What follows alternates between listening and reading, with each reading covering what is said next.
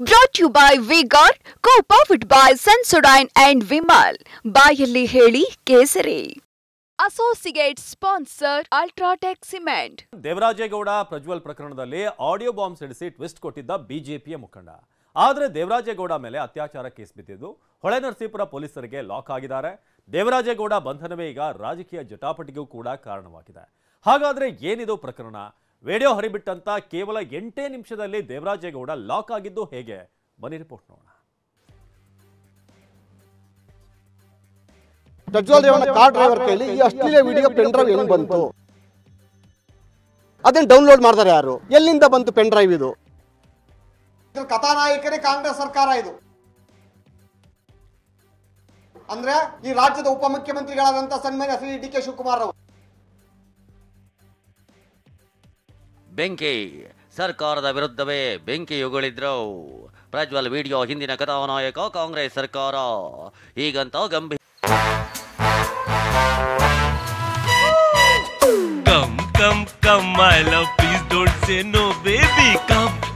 Come, my love. V-Guard ನ air coolers extra large cooling pad ನೊಂದಿಗೆ ಇದು ಎಂತೆಂಥವರನ್ನು ಕೂಲ್ ಆಗಿಸುತ್ತೆ. V-Guard air coolers, long lasting cooling. ಆರೋಪ ಮಾಡಿದ್ದ ಇದೇ ದೇವರಾಜೇಗೌಡ ಈಗ ಪೊಲೀಸರ ಅತಿಥಿಯಾಗಿದ್ದಾರೆ.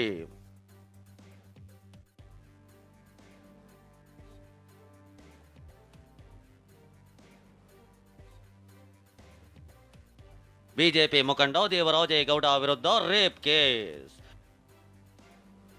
ಹೊಳೆ ನರಸೀಪುರ ಪೊಲೀಸರಿಂದ ದೇವರಾಜೇಗೌಡ ಬಂಧನ. ದೇವರಾಜೇಗೌಡ ಬಿಜೆಪಿ ಮುಖಂಡ ಕಮ್ಮ ವಕೀಲ. ಪ್ರಜ್ವಲ್ ಪ್ರಕರಣದಲ್ಲಿ ವಿಚಾರಣೆ ಎದುರಿಸಿದ್ದ ಇದೇ ದೇವರಾಜೇಗೌಡಗೆ ಪ್ರಜ್ವಲ್ ಮಾಜಿ ಕಾರು ಚಾಲಕ ಕಾರ್ತಿಕ್ ಪೆನ್ ಡ್ರೈವ್ ಕೊಟ್ಟಿದ್ದ. ಇದಾದ ನಂತರ ಆಡಿಯೋ ಬಾಂಬ್ ಸಿಡಿಸಿದ್ದ ದೇವರಾಜೇಗೌಡ ಸುದ್ದಿಗೋಷ್ಠಿ ನಡೆಸಿ ಪ್ರಜ್ವಲ್ ಪ್ರಕರಣಕ್ಕೆ ಟ್ವಿಸ್ಟ್ ಕೊಟ್ಟಿದ್ರು. ಇದೀಗ ಪ್ರಜ್ವಲ್ ಪ್ರಕರಣದಲ್ಲಿ ಹೋರಾಟ ನಡೆಸ್ತಾ ಇದ್ದ ದೇವರಾಜೇಗೌಡಗೆ ಅತ್ಯಾಚಾರ ಕೇಸ್ನ ಉರುಳು ಸುತ್ತಿಕೊಂಡಿದೆ.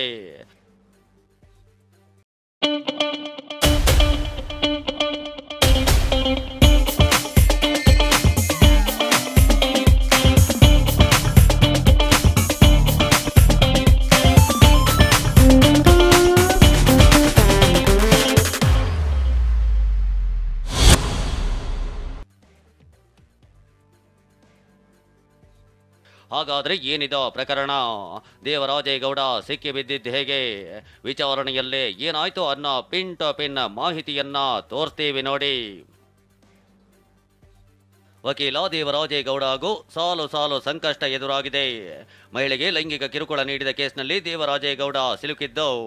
ಏಪ್ರಿಲ್ 1ರಂದು ಲೈಂಗಿಕ ದೌರ್ಜನ್ಯ ಕೇಸ್ ಹಾಕಲಾಗಿತ್ತು. ನಿನ್ನೆ ಸಂತ್ರಸ್ತ ಮಹಿಳೆಯ ಮರು ಹೇಳಿಕೆ ಪಡೆದು ರೇಪ್ ಕೇಸ್ ಹಾಕಲಾಗಿದೆ. ಅತ್ಯಾಚಾರ ಕೇಸ್ ದಾಖಲಾಗ್ತಿದ್ದಂತೆ ದೇವರಾಜೇಗೌಡ ಲಾಕ್ ಆಗಿದ್ದು ಚಿತ್ರದುರ್ಗದ ಹಿರಿಯೂರ ಬಳಿ ವಶಕ್ಕೆ ಪಡೆಯಲಾಗಿದೆ. ಬೆಳಗ್ಗೆ 5:30ಕ್ಕೆ ಹೊಳೆ ನರಸೀಪುರಕ್ಕೆ ಕರೆತರಲಾಗಿದೆ.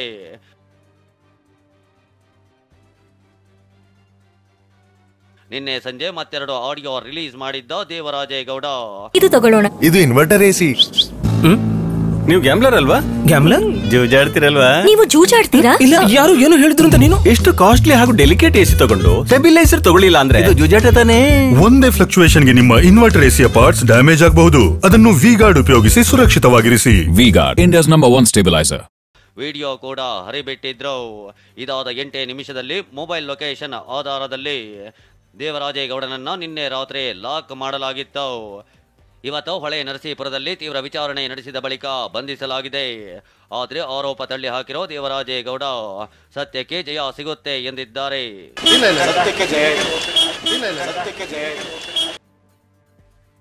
ಇದೊಂದು ವ್ಯವಸ್ಥಿತ ಹನಿ ಟ್ರ್ಯಾಪ್ ಎಂದ ದೇವರಾಜೇಗೌಡ. ದೇವರಾಜೇಗೌಡ ವಿಚಾರಣೆಯೇ ಪೊಲೀಸರಿಗೆ ಸವಾಲಾಗಿದ್ದು ಪೊಲೀಸರಿಗೆ ಮರುಪ್ರಶ್ನೆ ಹಾಕಿದ್ದಾರೆ. ಸಂತ್ರಸ್ತೆ ಮಾಡಿರೋ ಆರೋಪವನ್ನೇ ಮುಂದಿಟ್ಟು ಪ್ರಶ್ನೆ ಕೇಳ್ತಿದ್ರು. ಇದೊಂದು ವ್ಯವಸ್ಥಿತ ಹನಿ ಟ್ರ್ಯಾಪ್ ಅಂತ ವಾದಿಸಿದ್ದಾರಂತೆ. ಬೆಂಗಳೂರಿನಲ್ಲಿ ನಾನು ದೂರು ಕೊಟ್ಟ ಬಳಿಕ ನನ್ನ ಮೇಲೆ ಕೇಸ ಹಾಕಿದ್ದೀರಾ ಅಂತ ಪ್ರಶ್ನಿಸಿದ್ದಾರಂತೆ. ಸದ್ಯ ದೇವರಾಜೇಗೌಡ ವಿಚಾರಣೆ ಮುಗಿಸಿ ಪೊಲೀಸರು ವೈದ್ಯಕೀಯ ಚಿಕಿತ್ಸೆಗೊಳಪಡಿಸಿ ನ್ಯಾಯಾಧೀಶರ ಮುಂದೆ ಹಾಜರುಪಡಿಸಿದ್ರು.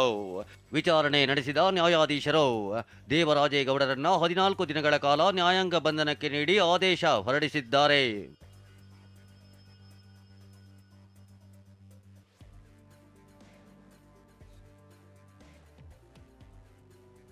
ದೇವರಾಜೇಗೌಡ ಬಂಧನ ಬಿಜೆಪಿ ನಾಯಕರ ಕೆಂಡಾಮಂಡಲ.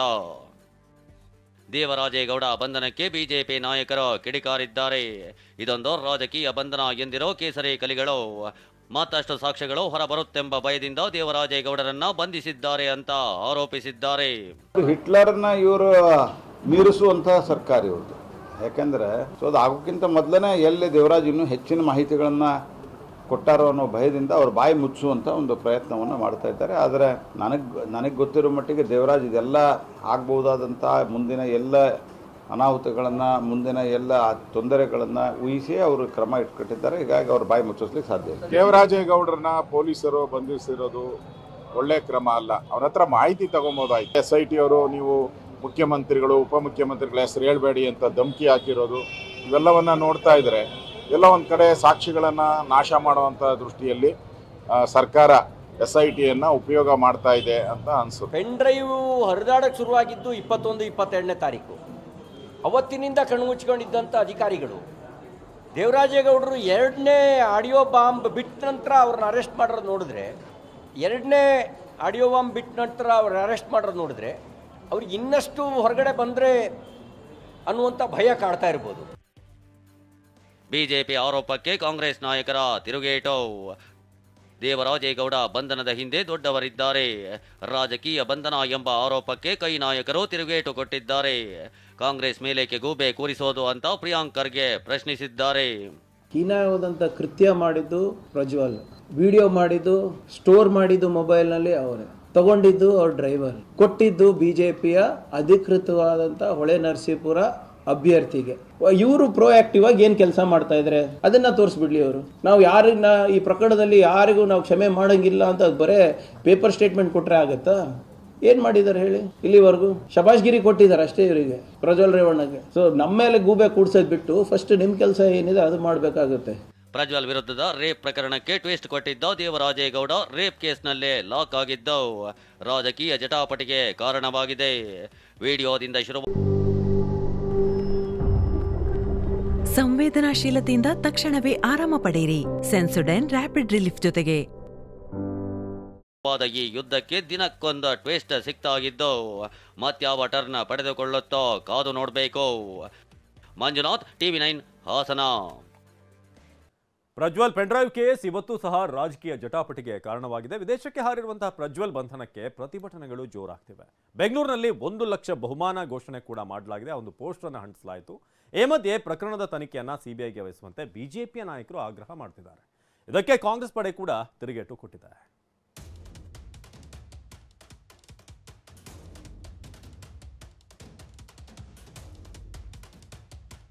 CBIಗೆ ವಹಿಸಬೇಕು ಅಂತ ನಾನು ಸಹ ಒತ್ತಾಯ ಮಾಡಿದ್ದೇನೆ. ನೀವು ಹೇಳಿದ ರೀತಿಯಲ್ಲಿ ನಿಮ್ದೇನು ಪಾತ್ರ ಇಲ್ಲದೆ ಇದೆ. ಹಾಲಿ ಸುಪ್ರೀಂ ಕೋರ್ಟ್ ಅಥವಾ ಹೈಕೋರ್ಟ್ ನ್ಯಾಯಾಧೀಶರ ನೇತೃತ್ವದಲ್ಲಿ ತಕ್ಷಣ ಆದೇಶ ಹೊರಡಿಸಿ ಅಂತ ನಾನು ಆಗ್ರಹಿಸ್ತೇನೆ. ಇದರ ಅರ್ಥ ಏನಾದ್ರು CBI ವಹಿಸಿ ಕ್ಲೀನ್ ಚಿಟ್ ಕೊಡಕ, ಬಿಜೆಪಿ ವಾಷಿಂಗ್ ಮಷೀನ್ ಅಲ್ಲಿ ಹಾಕಿದಾಗಲಕ್ಕ SIT ಒಂದು ರೀತಿಯಲ್ಲಿ ಕಾಂಗ್ರೆಸ್ ಏಜೆಂಟ್ ಅಂತ ಕೆಲಸ ಮಾಡುವಂತ ರೀತಿಯಲ್ಲಿ ಕಾಣ್ತಾರೆ. ಇಂಟರ್ಪೋಲ್ ಅವರು SIT ಮಾತು ಕೇಳ್ತಾರ, ಸೆಂಟ್ರಲ್ ಗವರ್ಮೆಂಟ್ ಮಾತು ಕೇಳ್ತಾರ. ಲೋಕಸಭಾ ಕ್ಷೇತ್ರದಲ್ಲಿ ಮತ್ತು ರಾಜ್ಯದಲ್ಲೂ ಕೂಡ ಹರಡಿದೆ. ಸಾಕಷ್ಟು ವಾಟ್ಸ್ಆಪ್ ಹೋರಾಟ, ಪ್ರತಿಭಟನೆ, ಸಾಲದಕ್ಕೆ ಪೋಸ್ಟರ್ ಅಭಿಯಾನ.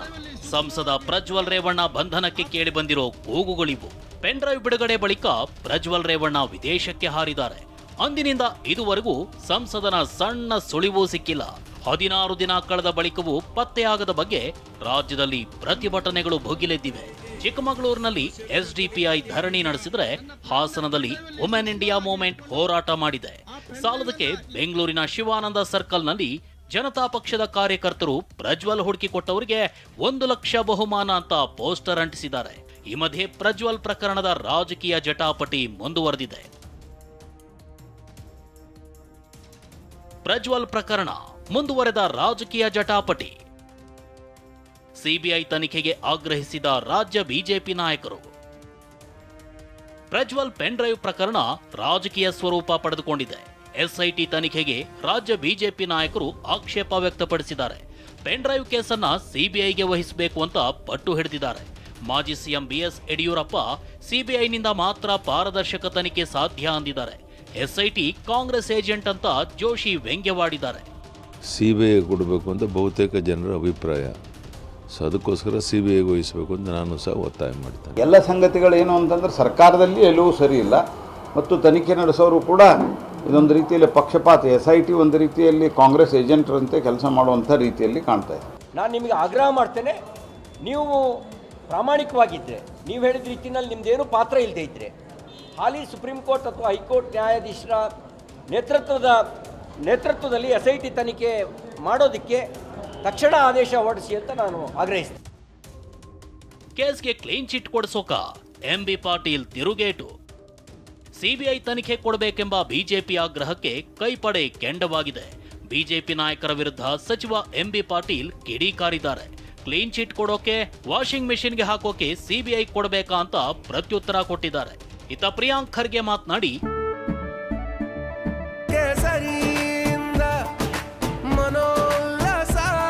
ಮನಸ್ಸು ಮತ್ತೇರಿ ಕುಣಿದಾಡಿದೆ ನೋಡು ಕೇಸರಿಯಿಂದ ಮನೋಲ್ಲಾಸ. ಕ್ಷಣ ಕ್ಷಣವೂ ಆಚರಿಸಿ ಕೇಸರಿ ಹಬ್ಬ.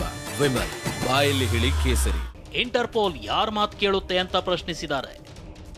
ಈಗ ಯಾವುದೋ ಒಂದು ಸ್ತ್ರೀಗೆ ಹೇಳಿದ್ರಿ ಇದು ನನ್ನ ಹಿಂದೆ ಎಂಥವ್ರಿದ್ದಾರೆ ಅಂತೇಳಿ, ಮತ್ತು ಇದರ ಅರ್ಥ ಏನಂದ್ರೆ CBI ವಹಿಸಿ ಕ್ಲೀನ್ ಚಿಟ್ ಕೊಡಕ್ಕ, BJP ವಾಷಿಂಗ್ ಮಷೀನಲ್ಲಿ ಹಾಕಿ ತೆಗಿಲಕ್ಕ ರಾಜ್ಯದ ಅಧಿಕಾರಿಗಳು ಕೆಪಬಲ್ ಇದ್ದಾರೆ.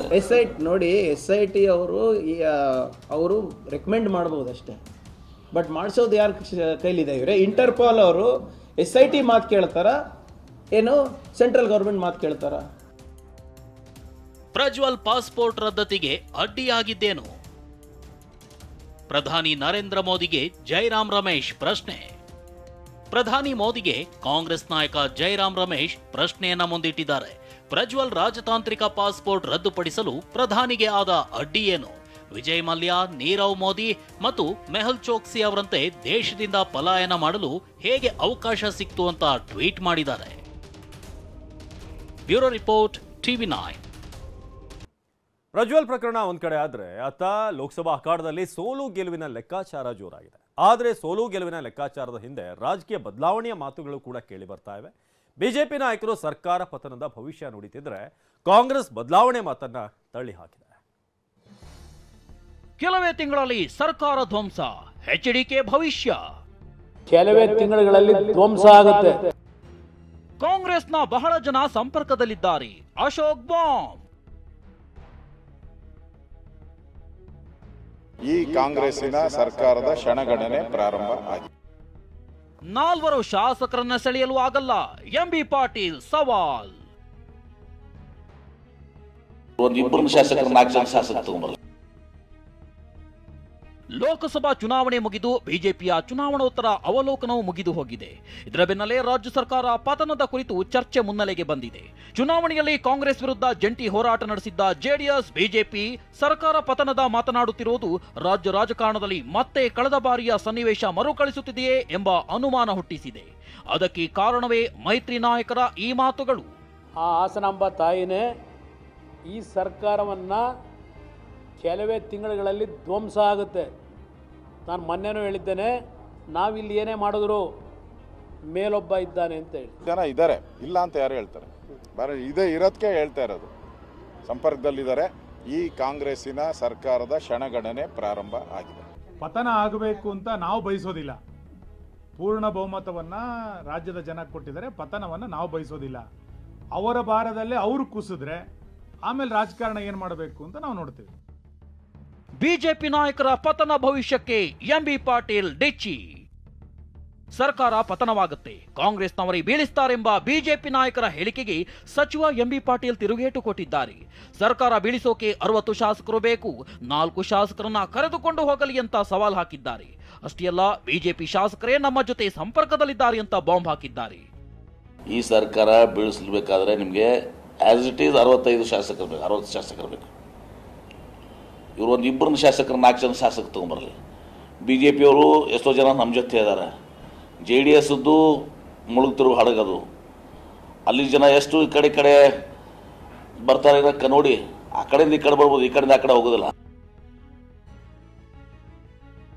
ಬಿಜೆಪಿ ಕಾಂಗ್ರೆಸ್ ಮಧ್ಯೆ ಸೋಲು ಗೆಲುವಿನ ಲೆಕ್ಕಾಚಾರ. ಒಂದ್ ಕಡೆ ಲೋಕಸಭೆ ಚುನಾವಣೆ ಫಲಿತಾಂಶದ ಮೇಲೆ ಸರ್ಕಾರ ಭವಿಷ್ಯ ನಿಂತಿದೆ ಅಂತಿರೋ ಬಿಜೆಪಿ ನಾಯಕರು ನಾವೇ ಹೆಚ್ಚು ಸ್ಥಾನ ಗೆಲ್ತೀವಿ ಅಂತಿದ್ದಾರೆ. ಬಿಎಸ್ವೈ 400 ಸೀಟ್ ಗೆಲ್ಲೋದು ಪಕ್ಕಾ ಅಂದ್ರೆ 28ಕ್ಕೆ 28 ಸೀಟ್ ಗೆಲ್ತೀವಿ ಅಂತ ಅಶೋಕ್ ಹೇಳಿದ್ದಾರೆ. ನಂಗೆ 100ಕ್ಕೆ 100 ವಿಶ್ವಾಸ ಇದೆ. 400ಕ್ಕೂ ಹೆಚ್ಚು ಸೀಟ್ ಗೆದ್ದು ಮತ್ತೊಮ್ಮೆ ನರೇಂದ್ರ ಮೋದಿಯವರು ಈ ದೇಶದ ಪ್ರಧಾನಿ ಆಗ್ತಾರೆ. ಎಲ್ಲರೂ ಅಭಿಪ್ರಾಯ ಬಂದಿದ್ದು ನರೇಂದ್ರ ಮೋದಿಯವರ ವರ್ಚಸ್ಸು ಈ ರಾಜ್ಯದಲ್ಲಿ ಪ್ರಭಾವ ಇದೆ. ಎಷ್ಟೇ ಸ್ಥಾನ ಗೆದ್ರೂ ಕೂಡ ದೊಡ್ಡ ಅಂತರದಲ್ಲಿ ನಾವು ಗೆಲುವನ್ನು ಸಾಧಿಸಿರಿ. 28ಕ್ಕೆ 28 ಅದರೆಲ್ಲ ಪೂರ್ತಿ ಕ್ರೆಡಿಟ್ಟು ನರೇಂದ್ರ ಮೋದಿಯವರ ವರ್ಚಸ್ಸು ಕರ್ನಾಟಕದಲ್ಲಿ ಭಾಳ ಹೆಚ್ಚಿಗಿದೆ ಅನ್ನೋ ಮಾತನ್ನು ಹೇಳಿದ್ದಾರೆ. ಅಭಿಪ್ರಾಯನೂ ಅದೇ ವ್ಯಕ್ತ ಆಗಿದೆ. ಆದರೆ ಮಾತಾಡೋ ಮತದಾರರಲ್ಲಿ ಅತಿ ಹೆಚ್ಚಿನ ಭಾಗ ಅವರು ಮೋದಿ ಮೋದಿ ಅಂತ ಹೇಳ್ತಾ ಇದ್ದಿದ್ದು ಅನುಭವಕ್ಕೆ ಬರ್ತಾ ಇತ್ತು. ಮಾತಾಡದೇ ಇರೋ ಮತದಾರರು ಏನು ಮಾಡಿದ್ದಾರೆ ಅಂತಕ್ಕಂಥದ್ದು ಈಗಲೇ ನಾವು ಹೇಳೋಕ್ಕಾಗಲ್ಲ, ಫಲಿತಾಂಶದ ನಂತರನೇ ಹೇಳಕ್ಕೆ ಸಾಧ್ಯ.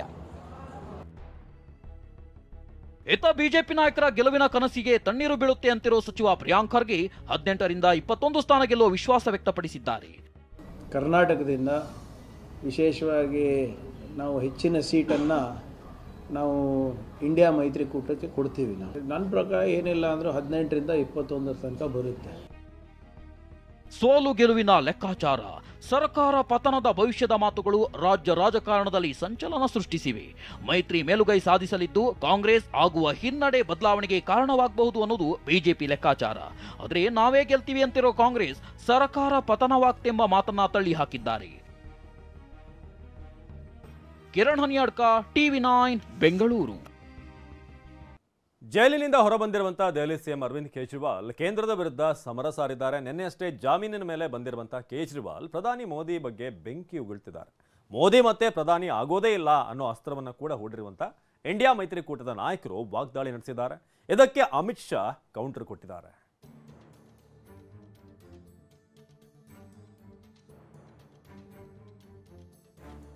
अगर ये चुनाव जीत गए, मेरे से लिखवा लो एफिडेविट के ऊपर, जितने विपक्ष के नेता ये सारे जेल के अंदर हों. ಮೋದಿ ಗೆದ್ರೆ ವಿಪಕ್ಷ ನಾಯಕರು ಜೈಲಿಗೆ, ಕೇಜ್ರಿವಾಲ್ ಕಿಡಿ. ಅರವಿಂದ್ ಕೇಜ್ರಿವಾಲ್ ಇಂದಿನಿಂದ ಲೋಕ ಅಖಾಡಕ್ಕೆ ಧುಮುಕಿದ್ದಾರೆ. ದೆಹಲಿಯ ಹನುಮಾನ್ ದೇಗುಲದಲ್ಲಿ ಪೂಜೆ ಸಲ್ಲಿಸಿ ಚುನಾವಣಾ ಪ್ರಚಾರವನ್ನ ಶುರು ಮಾಡಿದ್ದಾರೆ. ದಕ್ಷಿಣ ಹಾಗೂ ಪೂರ್ವ ದೆಹಲಿಯಲ್ಲಿ ಆಪ್ ಅಭ್ಯರ್ಥಿಗಳ ಪರ ಮತ ಶಿಕಾರಿ ನಡೆಸಿ ಅಬ್ಬರಿಸಿದ್ದಾರೆ.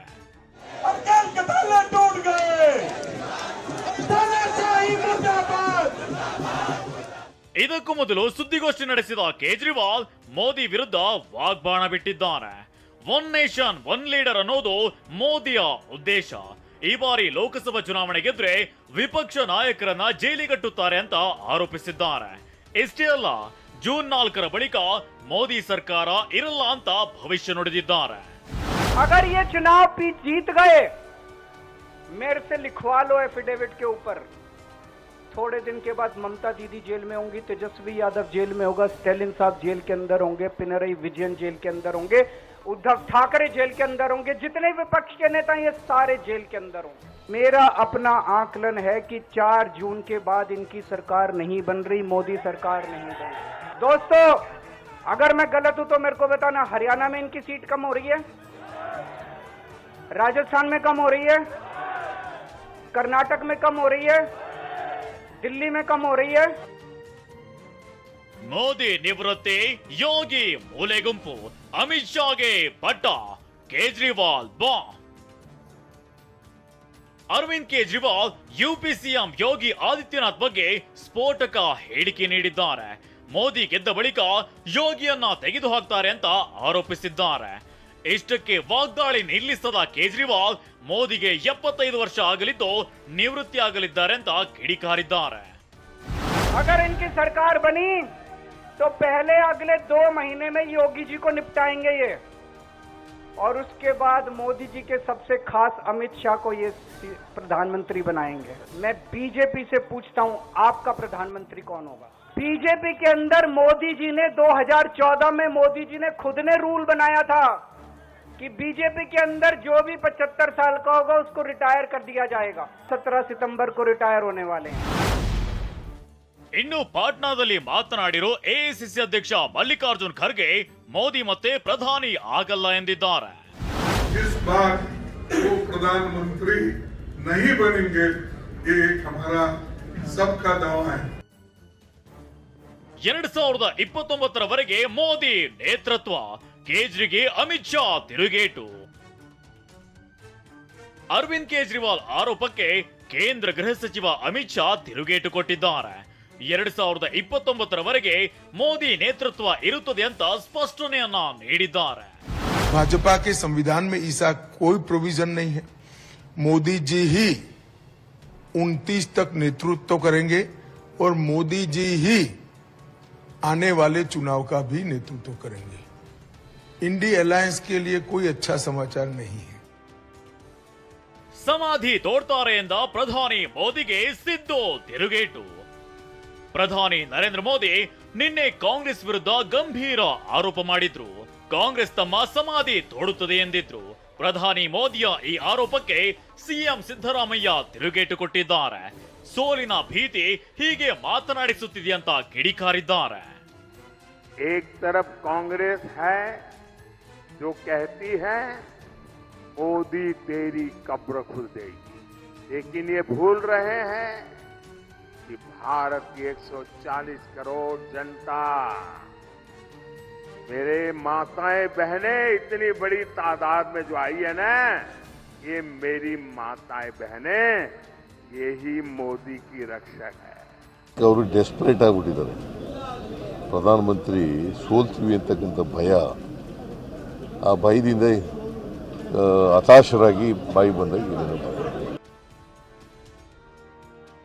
ಮೋದಿ ರಾಹುಲ್ ಮಧ್ಯೆ 50 ಕ್ಷೇತ್ರ ಜಟಾಪಟಿ. हमने जो करना था, जो काम, जो मेहनत करनी थी, हमने कर दी है. अब आप देखना उत्तर प्रदेश में हमारे गठबंधन को 50 से कम एक सीट नहीं मिलने वाली है. कांग्रेस वाले जरा कान खोल करके सुन लीजिए, ये देश ने तय किया है. ये 4 जून को आप देखेंगे कि कांग्रेस इस देश में मान्य विपक्ष भी नहीं बन पाएगा. वो 50 से नीचे सिमटने वाले हैं. ಮೋದಿ ರಾಹುಲ್ ಬಹಿರಂಗ ಚರ್ಚೆ, ಸವಾಲು ಸ್ವೀಕರಿಸಿದ ರಾಗ. ರಾಹುಲ್ ಗಾಂಧಿ ಮತ್ತು ಪ್ರಧಾನಿ ಮೋದಿ ಅವರನ್ನ ಬಹಿರಂಗ ಚರ್ಚೆಗೆ ಆಹ್ವಾನಿಸಲಾಗಿದೆ. ಕೈ ನಾಯಕ ರಾಹುಲ್ ಗಾಂಧಿ ಬಹಿರಂಗ ಚರ್ಚೆಯಲ್ಲಿ ಭಾಗವಹಿಸುವುದಾಗಿ ಹೇಳಿದ್ದಾರೆ. मैं 100% किसी से भी डिबेट करने को तैयार हूं, प्रधानमंत्री से. हेलो. मगर मैं प्रधानमंत्री को जानता हूं, प्रधानमंत्री मुझसे डिबेट नहीं करेंगे. ಹೀಗೆ ರಾಹುಲ್ ಗಾಂಧಿ ಬಹಿರಂಗ ಚರ್ಚೆಯನ್ನ ಒಪ್ಪಿಕೊಂಡು ಮೋದಿಗೂ ಆಹ್ವಾನಿಸಿದ್ದಾರೆ. ಕೇಸರಿ ಪಡೆ ಈ ಸವಾಲನ್ನ ಸ್ವೀಕರಿಸುತ್ತಾ ಅನ್ನೋದು ಕುತೂಹಲ ಮೂಡಿಸಿದೆ.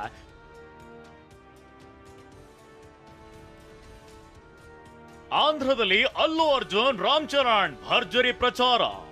ತೆಲುಗಿನ ಸ್ಟಾರ್ ನಟರು ಮತ್ತು ಸೋದರ ಸಂಬಂಧಿಗಳಾದ ಅಲ್ಲು ಅರ್ಜುನ್ ಹಾಗೂ ರಾಮ್ ಚರಣ್ ಆಂಧ್ರದಲ್ಲಿ ಭರ್ಜರಿ ಪ್ರಚಾರ ನಡೆಸಿದ್ರು.